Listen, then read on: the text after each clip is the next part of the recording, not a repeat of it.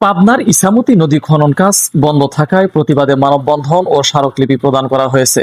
আমাদের পাবনা জেলা প্রতিনিধি আলমগীর কবির হৃদয় এর রিপোর্টে থাকছে বিস্তারিত।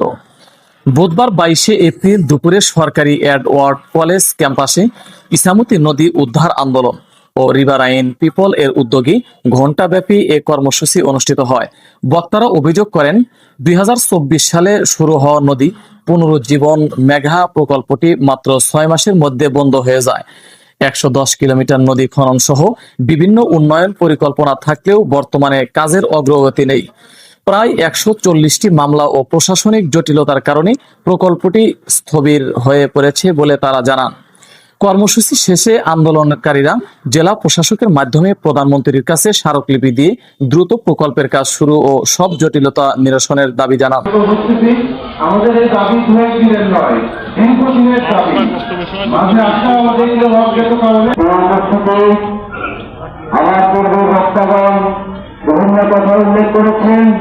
সেই সাথে শুধু আমি কলেজের প্রত্যেকটা ছাত্রকে আহ্বান জানাই আমাদের সংবিধানে একত্রিত ঘোষণা করে যাতে আমরা আবার আগের নদীটা। SMP news 24 news desk.